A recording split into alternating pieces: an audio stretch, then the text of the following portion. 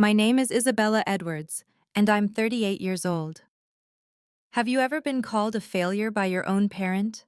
Not in private, but in front of 200 people at a grand ballroom? That's exactly what happened to me at my father's retirement dinner. He stood at that podium, looked directly at me, and told everyone I was his biggest disappointment.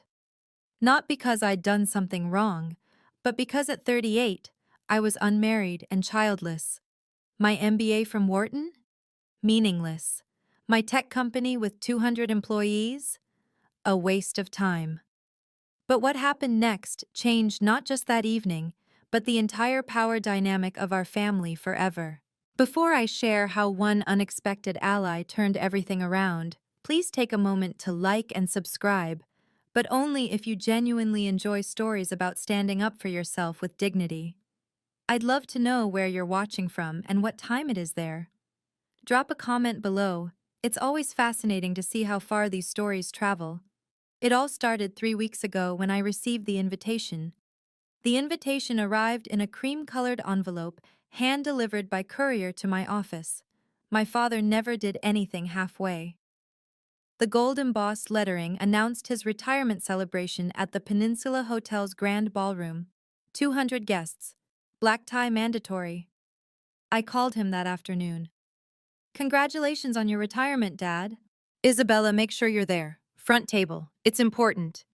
His voice carried that familiar cold edge I'd known since childhood. Of course. Should I prepare anything? A speech, perhaps? No, just be there. Wear something appropriate. The night of the event, I arrived to find the ballroom transformed into a monument to his success.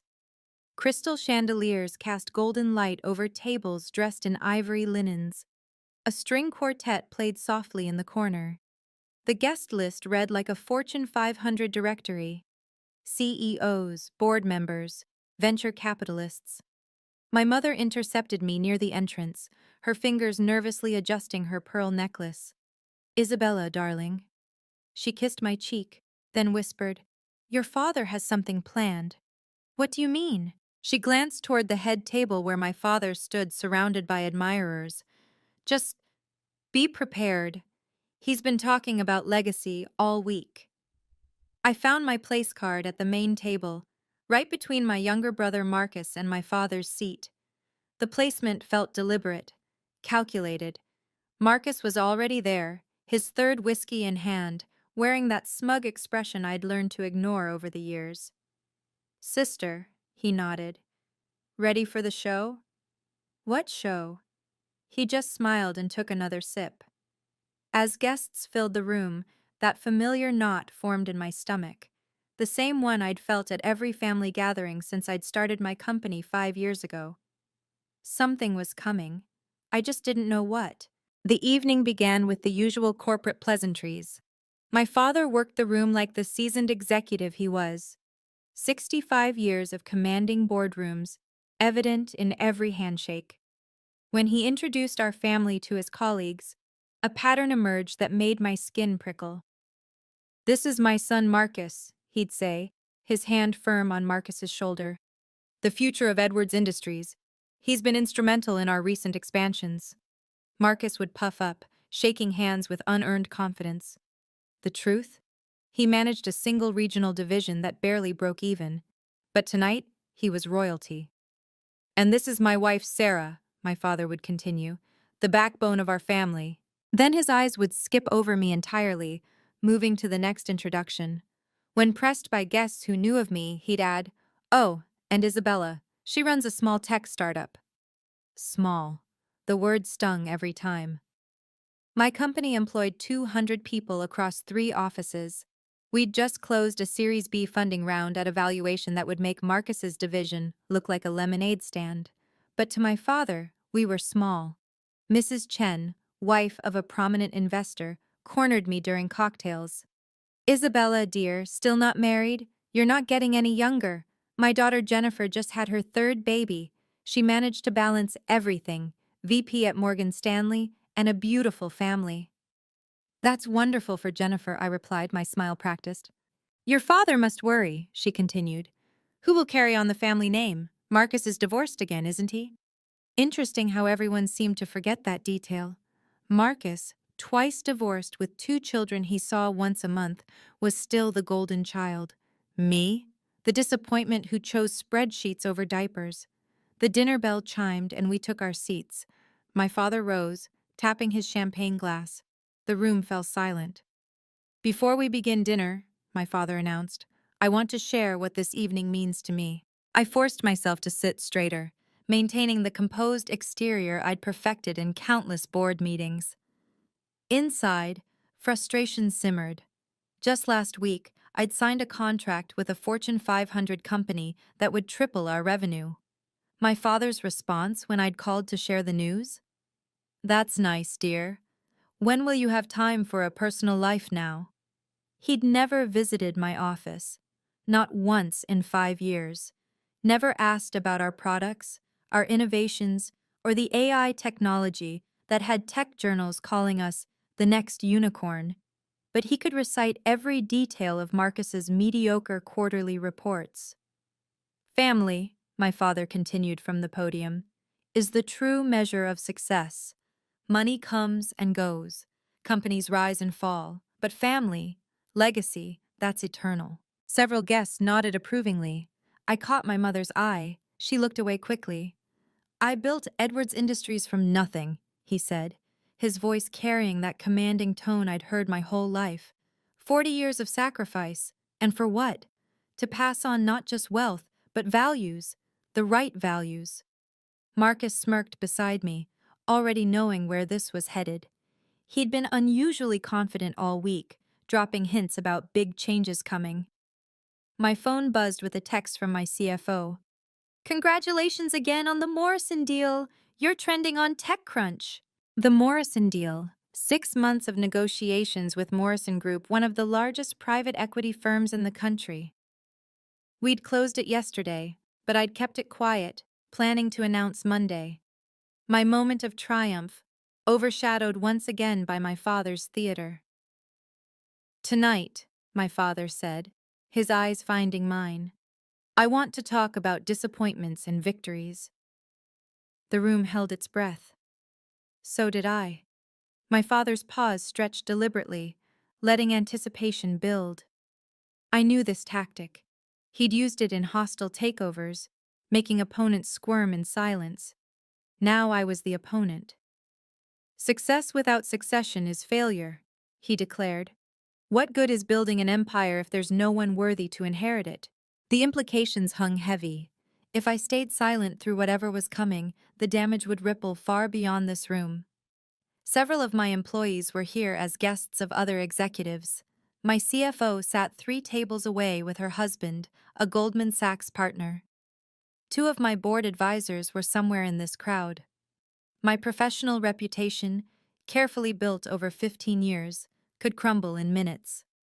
The tech world was small and unforgiving. One viral video of me being humiliated by my own father would overshadow every achievement, every innovation, every late-night building something from nothing. The choices we make define us, my father continued. Choose career over family. And what do you have? An empty office and a cold bed. Marcus leaned over, whispering, He's been planning this for weeks. The whole board knows I'm taking over. The board? I scanned the room and spotted them, 5 members of Edwards Industries' board of directors, including William Morrison himself, the chairman and largest shareholder with 40% stake. Morrison sat at a corner table, his expression unreadable as he observed my father's performance. If my father succeeded in humiliating me tonight, in painting me as the family failure, it wouldn't just affect family dinners. It would undermine every business relationship I had. Who would invest in someone whose own father considered them a disappointment? Who would partner with someone publicly deemed unworthy? My mother's hand found mine under the table, squeezing gently. If you don't stand up now, she whispered, he'll do this forever. She was right. This was my moment of truth. I know this feeling all too well. When family dismisses your achievements because you don't fit their mold. If you've ever experienced something similar, please share in the comments below. Your stories help others know they're not alone. And if this resonates with you, please hit that like button. It really helps more people find these stories. Now let me tell you what my father said next, because this is where things got really intense. My father's voice filled the ballroom with practiced authority. "I have 2 children," he announced, his gaze sweeping across the crowd before landing on me. "But only one disappointment." The words hit like ice water. Gasps rippled through nearby tables. Someone dropped a fork. It clattered against china in the sudden quiet. "Isabella thinks career matters more than family," he continued, each word deliberate. "She's 38 years old. 38. At her age, I had 2 children and was building a legacy they could inherit. What good is success without a husband?" He asked the room, but his eyes stayed locked on mine. What good is a company without a family to come home to? Marcus straightened beside me, his moment arriving.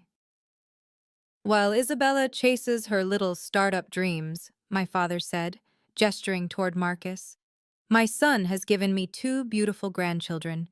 He understands what matters." No mention of Marcus's 2 divorces. No mention of the custody battles or the weekends he skipped with his kids for golf trips. The room didn't need those details. They had their narrative. The successful son who prioritized family and the daughter who selfishly chose ambition. At 38, still alone, my father shook his head theatrically. What a waste of good education. Wharton MBA, top of her class, and for what? To sit in an empty apartment married to her laptop? 200 pairs of eyes turned to me. Some held pity, others judgment, a few barely concealed satisfaction. The women especially, I could see them mentally calculating their own choices, feeling superior in their marriages and children. My phone lit up with another text, this time from a reporter at TechCrunch. "Is that really you at the Edwards retirement dinner, getting destroyed?" Someone was live streaming this. Of course they were. My humiliation would be viral by morning. Through my peripheral vision, I noticed William Morrison hadn't touched his champagne. While others watched my father's performance with rapt attention or uncomfortable fascination, Morrison observed with the calculating gaze of a chess player seeing 10 moves ahead. He pulled out his phone, typed something quickly, then showed the screen to his assistant. She nodded and slipped out of the ballroom with unusual urgency. Strange. Morrison never left events early, and his assistant never ran errands during speeches. In the 6 months I'd been negotiating with Morrison Group, I'd learned he was meticulous about appearances, about timing. Everything had a purpose. My father continued his monologue, but Morrison's attention had shifted. He was watching me now, not with pity or judgment, but with something that looked almost like anticipation. "The saddest part," my father was saying, "is the wasted potential. Isabella could have had it all.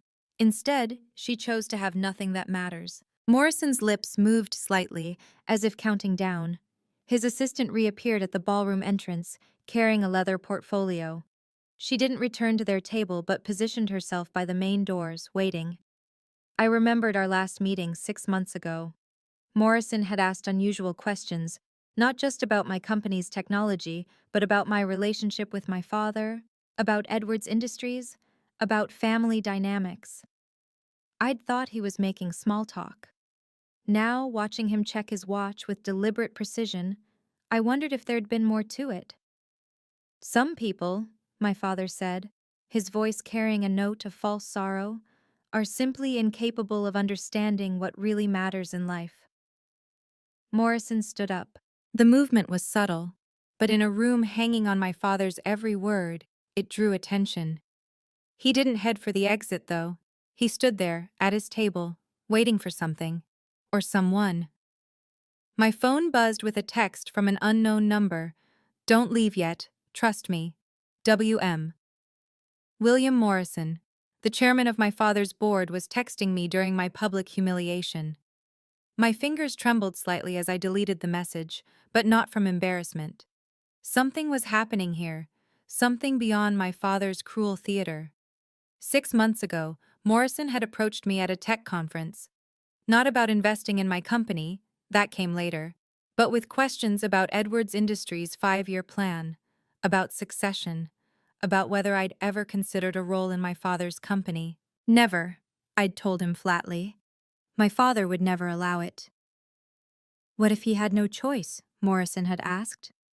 I'd laughed it off then, thinking it was hypothetical. But Morrison didn't deal in hypotheticals. He dealt in leveraged buyouts, hostile takeovers, and strategic acquisitions that crushed competitors before they knew they were in a fight.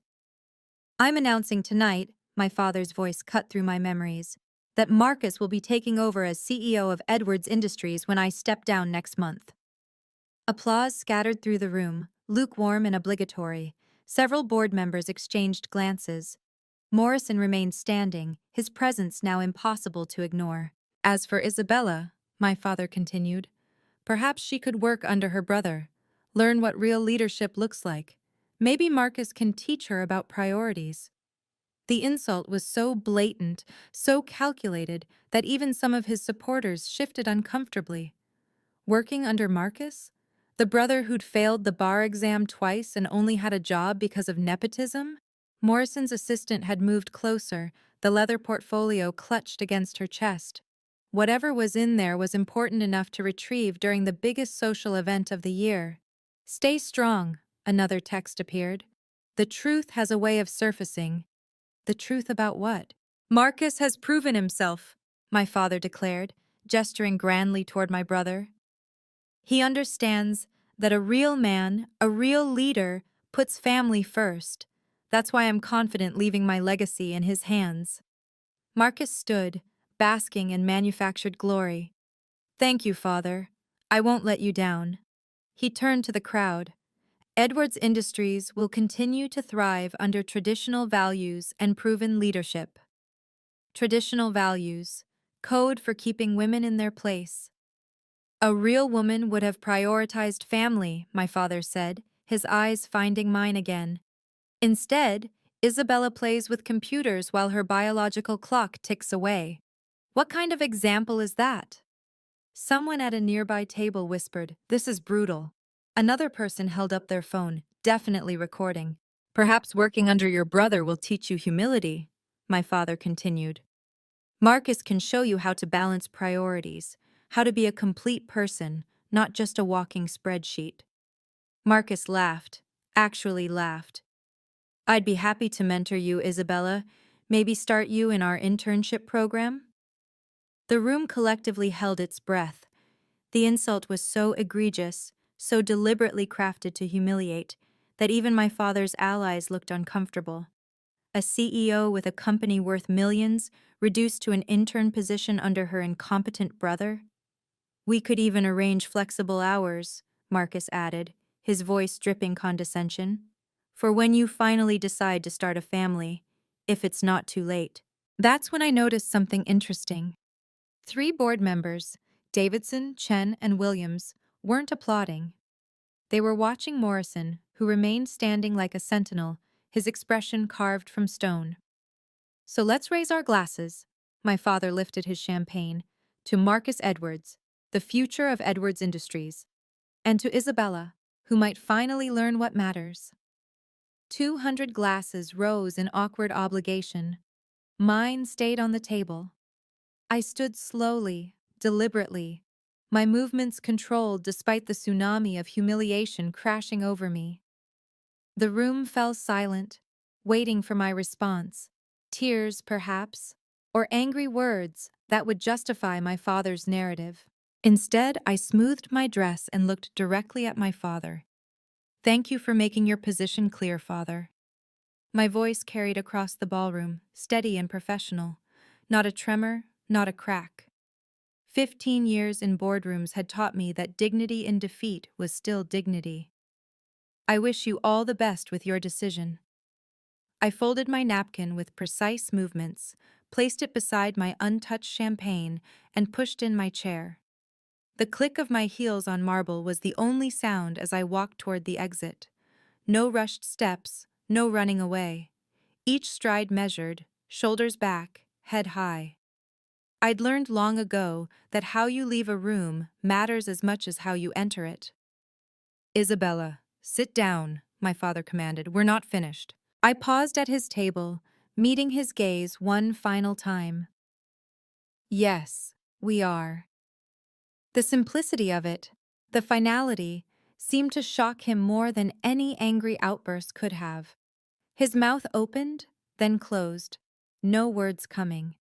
As I reached the ballroom doors, movement caught my eye. William Morrison was following me, not discreetly, not trying to hide it. He walked with purpose, his assistant falling into step behind him with that leather portfolio. The last thing I heard before the doors closed behind me was the eruption of whispers, 200 conversations starting at once. My father's voice rose above them, trying to regain control, but the moment was broken. Morrison caught up to me in the marble lobby. "Ms. Edwards," he said formally, loudly enough for others to hear. "We need to discuss our announcement." Our announcement? This was the hardest moment of my life, walking away from my own father's public humiliation. But sometimes the most powerful response is dignified silence. Have you ever had to walk away from a toxic situation, even when every part of you wanted to fight back? Let me know in the comments. And remember, if you're finding value in this story, please subscribe and hit the notification bell. Because what happened next completely changed everything. Morrison's voice boomed across the lobby, deliberately pitched to carry back into the ballroom. "Robert, we need to discuss something before you finalize any succession plans." My father appeared in the doorway, his face flushed with anger and confusion. Behind him, guests crowded to see what was happening. Marcus pushed through, his earlier smugness replaced with uncertainty. "William, this is a private family matter." "No," Morrison interrupted, his tone brooking no argument. "When it affects Edwards Industries, it becomes board business." He turned to me. "Ms. Edwards, would you mind returning? This concerns you directly." I hesitated. Every instinct screamed to keep walking, to maintain my dignified exit. But Morrison's eyes held something I'd seen in successful negotiations, the look of someone holding a winning hand. "Please," he added louder. "Your announcement can't wait until Monday." My announcement? I followed him back into the ballroom, the crowd parting like the Red Sea. Whispers followed our path. What announcement? Did you see Morrison's face? Something's happening. Morrison walked straight to the podium, gently but firmly moving my father aside. "Ladies and gentlemen, forgive the interruption, but there's been a significant development that affects everyone in this room." He gestured to his assistant, who handed him the leather portfolio. "This young woman," he indicated me, "just sold her company yesterday. The deal closed at 4 p.m. Eastern." The room buzzed with confusion. My father's face darkened. "William, this is hardly—" "For $50 million, Morrison continued, his voice cutting through the noise. "To be exact." The buzzing stopped. Dead silence. Marcus's champagne glass slipped from his hand, shattering on the marble floor. "To Morrison Group," he added, pulling out the signed contracts, "making her our youngest acquisition CEO and strategic partner." My father's face went from red to white in seconds. Morrison's assistant connected a tablet to the ballroom's presentation system. Suddenly, the massive screens that had displayed my father's corporate achievements now showed my signed acquisition agreement. "Isabella's company has developed revolutionary AI technology," Morrison announced, his voice carrying the authority of someone who'd built a $3 billion empire. "Our analysts project it will transform supply chain management across every industry we touch." The room erupted. Phones appeared. People Googling frantically. The TechCrunch article was already live. Morrison Group acquires Edwards AI Solutions for $50 million. Founder Isabella Edwards to lead innovation division. "This is ridiculous," my father sputtered. "Her little startup." "Little?" Morrison's eyebrow arched. "Robert, her little startup has patents that Microsoft and Google have been trying to license for 2 years. Her client list includes 7 Fortune 500 companies. Her revenue last quarter exceeded your son Marcus's entire division. Marcus stood frozen, his face cycling through disbelief, anger, and something that looked like fear. But more importantly, Morrison continued, addressing the room but watching my father, she's now a critical partner in Morrison Group's expansion strategy. We don't partner with failures, Robert. We partner with visionaries. Board member Davidson stood up. William, what does this mean for Edwards Industries? Morrison smiled, but it didn't reach his eyes. That depends entirely on Robert's next moves. You see, my investment in Edwards Industries, 40% of your company, Robert, comes with certain provisions, conditions that perhaps we should discuss. My father's legs seemed unsteady. He gripped the podium edge. What conditions? The kind that ensure good governance, Morrison replied smoothly. The kind that prevent nepotism from destroying shareholder value. The implications hung in the air like a blade. Everyone understood. Morrison controlled my father's company, and he was clearly on my side. Robert, Morrison said quietly, you just publicly humiliated my newest partner. We need to discuss that. Morrison pulled another document from the portfolio. There's one more thing this room should know. Per the governance agreement signed when I invested in Edwards Industries, any strategic decision affecting company leadership requires approval from major stakeholders. My father's lawyer, seated at table 3, half rose from his chair, his face pale. Furthermore, Morrison continued, the agreement specifically states that in cases of succession, Isabella Edwards must be offered a strategic advisor role with full veto power over major decisions. That's impossible, my father stammered. I never agreed. Page 47, Section 12, subsection C. Morrison's assistant pulled up the original investment contract on the screen, highlighting the relevant passage. You signed it yourself, Robert, 3 years ago. I hadn't known. This blindsided me as much as anyone. Morrison had been playing a longer game than I'd imagined.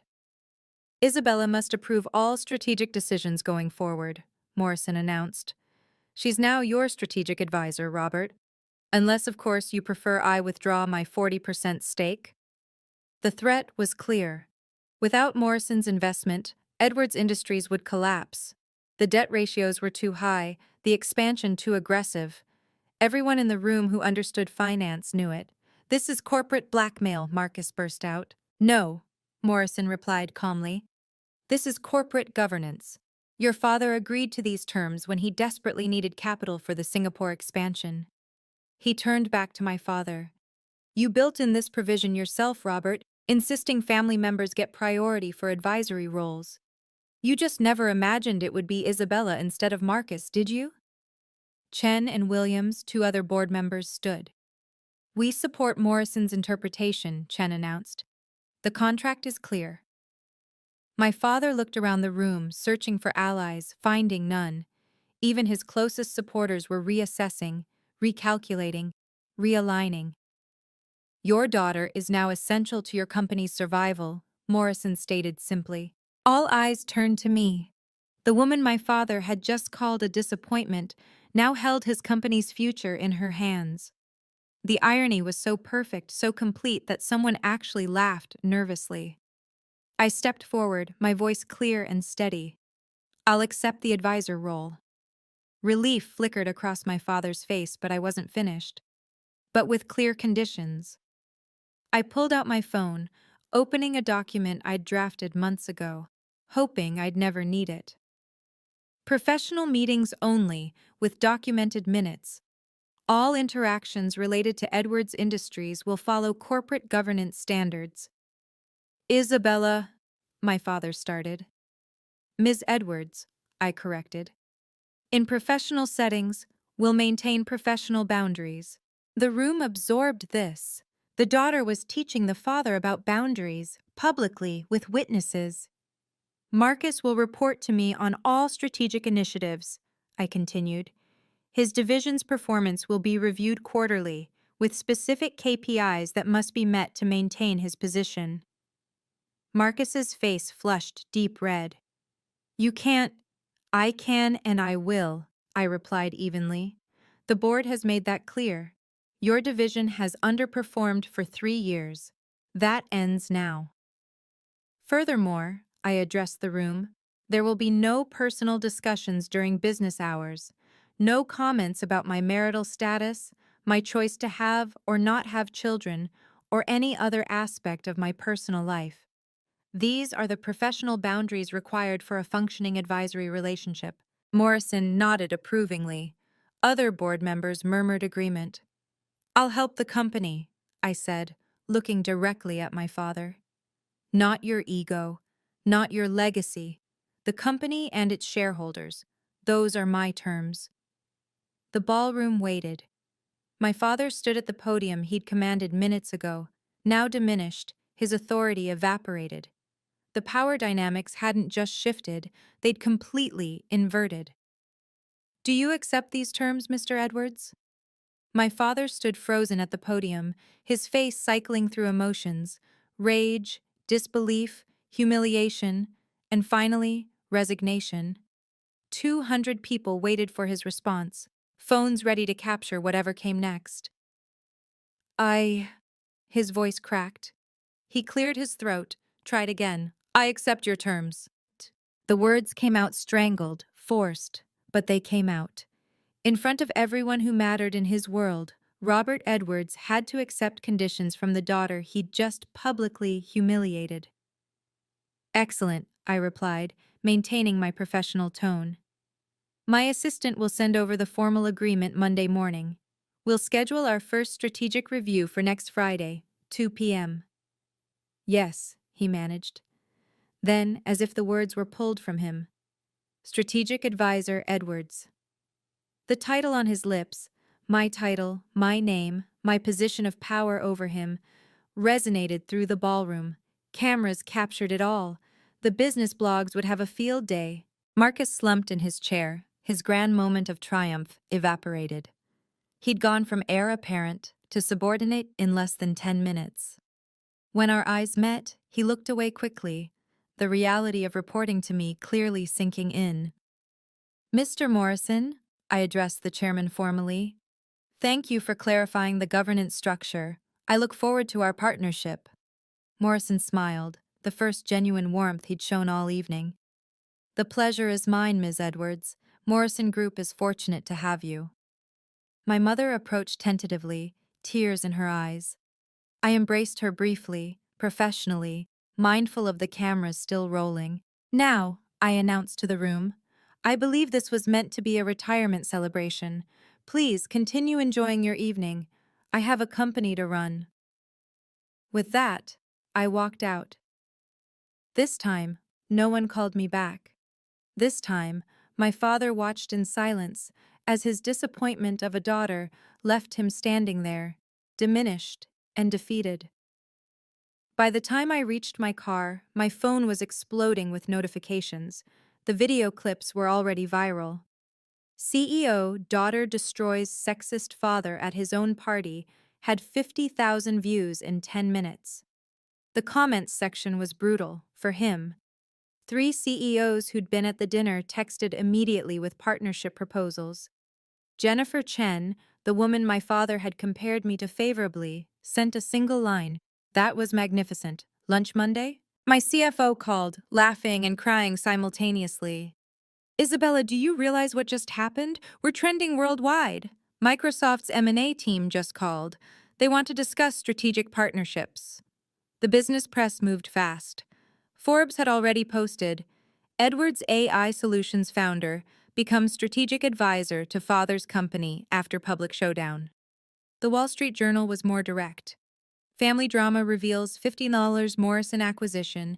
Daughter now controls father's strategic decisions. But the real vindication came from my employees. Our Slack exploded with celebration. They'd watched their CEO be diminished and had seen her rise above it. The pride in their messages, the fierce loyalty, meant more than any acquisition ever could. Marcus texted within an hour. We need to talk. Submit a meeting request through proper channels, I replied. 3 board members called personally to congratulate me and assure me of their support. We've been concerned about Robert's leadership style for years, Davidson admitted. Your appointment as strategic advisor is exactly what Edwards Industries needs. My father sent nothing. No call, no text, no email. His silence spoke volumes. By midnight, I'd received 7 speaking invitations for women's leadership conferences, 4 podcast interview requests, and a book deal inquiry. The woman who'd been called a failure at 7 p.m. was the most talked about executive in tech by midnight. The power shift was complete and irreversible. The family aftermath was swift and revealing. My mother called the next morning, her voice stronger than I'd heard in years. Isabella, I'm so proud of you. Your father hasn't left his study since last night, but I don't care. For the first time in 40 years, I feel like I can breathe. She was staying with her sister for a few days. To let him process, she said. But we both knew it was more than that. The power dynamics in their marriage had shifted too. Marcus sent a formal email Sunday night. Isabella, I apologize for my behavior and comments at the dinner. I've been jealous of your success and let Dad's favoritism go to my head. I'm ready to work professionally with you to improve my division's performance. I responded professionally, accepting his apology and outlining expectations for our first review. No warmth, no family pleasantries, just business. My extended family's group chat, usually full of baby photos and holiday planning, exploded with messages of support. Cousins I hadn't heard from in years reached out. We always knew you were the successful one, they said, conveniently forgetting years of asking when I'd settle down. The most interesting response came from my father's email, sent at 3 a.m. Monday morning. Isabella, I apologize for my inappropriate comments at the retirement dinner. I look forward to working with you in your capacity as strategic advisor. Robert Edwards, CEO. Formal. Cold. Signed with his title like I was a stranger. No dad, no love, no acknowledgement of our relationship beyond corporate roles. It was exactly what I'd asked for, professional boundaries. But seeing it in writing still stung slightly. We can discuss it at the quarterly meeting, I replied, maintaining the same formal tone. The father-daughter relationship we'd had, dysfunctional as it was, had ended in that ballroom. What emerged was something new, professional, boundaried, and entirely on my terms. The business impact exceeded every projection. Edwards Industries' stock price jumped 15% Monday morning as investors celebrated improved governance and strategic oversight. The press release Morrison crafted was masterful. Edwards Industries strengthens leadership with appointment of Isabella Edwards as strategic advisor. My acquisition made the cover of TechCrunch, Fast Company, and Business Insider. The $50 million deal that changed everything. How Isabella Edwards went from family disappointment to power player in one night. 5 venture capital firms reached out with investment offers for my next venture. Anyone who can handle that level of public pressure while maintaining dignity is someone we want to back, one prominent VC wrote. The speaking circuit exploded. Ted wanted me to talk about professional boundaries with family. Harvard Business School requested a case study. The irony wasn't lost on me. The woman deemed a failure for prioritizing career was now being asked to teach career strategy at the world's top institutions. My employees' pride transformed into performance. Productivity surged 20% in the weeks following the dinner. Our newest client specifically cited Isabella's leadership under pressure as a deciding factor in choosing us over competitors. Even Marcus's division showed improvement once he started actually working instead of coasting on nepotism. His first report to me was thorough, humble, and showed genuine effort to address long-standing issues. Morrison called personally to check in. You handled that with more grace than I would have, he admitted. Your father's learning a valuable lesson about underestimating people. The Forbes 40 Under 40 list came out a month later. I was number 12, with a feature quote, "Success isn't about proving others wrong, it's about proving yourself right." Professional boundaries aren't walls, they're bridges to healthier relationships. My value was never determined by my marital status. The market had spoken, and it valued me at exactly $50 million and rising. 6 months later, Edwards Industries reported its strongest quarter in 5 years. The strategic changes I'd implemented, digital transformation, AI integration, and yes, Marcus's restructured division, had paid off magnificently. My father and I had developed a functional working relationship. Our monthly strategic reviews were efficient, professional, and surprisingly productive once ego left the equation. He'd learned to value my input, even if he couldn't bring himself to acknowledge it personally. The board is impressed with the turnaround, he said at our last meeting, maintaining eye contact with his laptop screen rather than me. Your recommendations have been beneficial. That was the closest he'd come to a compliment. I accepted it as progress. Marcus had transformed into a competent executive. Without our father's favoritism as a crutch, he'd been forced to develop actual skills. His division was finally profitable, and he'd stopped mentioning my marital status entirely. My mother had started her own journey, joining nonprofit boards and traveling with friends. I spent 40 years living for your father's approval, she told me over lunch. Watching you set boundaries gave me permission to set my own. The relationship with my father would never be warm. There would be no heartfelt reconciliation, no tearful apologies, no hallmark moment. But there was respect, grudging, hard-won, and professional. I'd been tracking something interesting. My father had been quietly following my success. It had noticed him accessing every article about my company, watching my conference keynotes on YouTube, even Googling my name daily. He couldn't bring himself to express pride directly, but he was watching. That had to count for something. Respect isn't inherited, I told a conference audience recently. It's earned.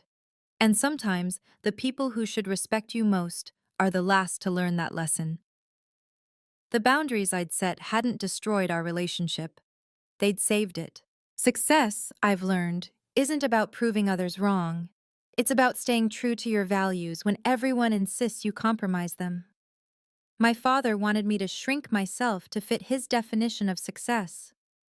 Instead, I built my own definition and let the results speak for themselves. Family can love you and still not understand you.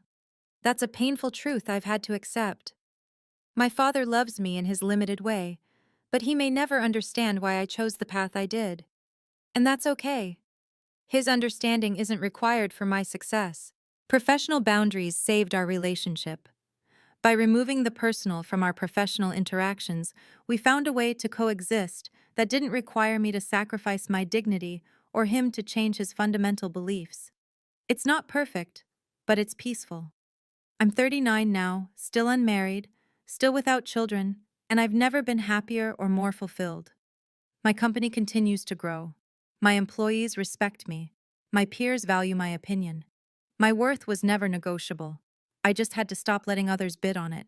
The most powerful moment of that night wasn't Morrison's revelation or the public vindication. It was the moment I stood up and walked away with dignity intact. That's when I claimed my power, not when others recognized it, but when I refused to let anyone take it from me. Your worth isn't determined by your relationship status, your reproductive choices, or your family's approval. It's determined by your integrity, your accomplishments, and your impact on the world. Don't let anyone, not even family, convince you otherwise. Set your boundaries, hold them firmly. The people who truly matter will learn to respect them. And those who don't? Well, their opinions shouldn't matter to your success. I'm still Isabella Edwards, still building my empire, still unmarried at 39. And that's exactly who I'm meant to be. Thank you for listening to my story. If you've ever struggled with family who don't understand or respect your choices, remember, you have the right to set boundaries, even with those you love. Your value isn't determined by others' expectations. What boundaries have you had to set with family? Share your story in the comments below. You might help someone else find their courage. If this story resonated with you, please like and subscribe. And remember, success is personal. Define it for yourself. Until next time, stay strong and stay true to yourself.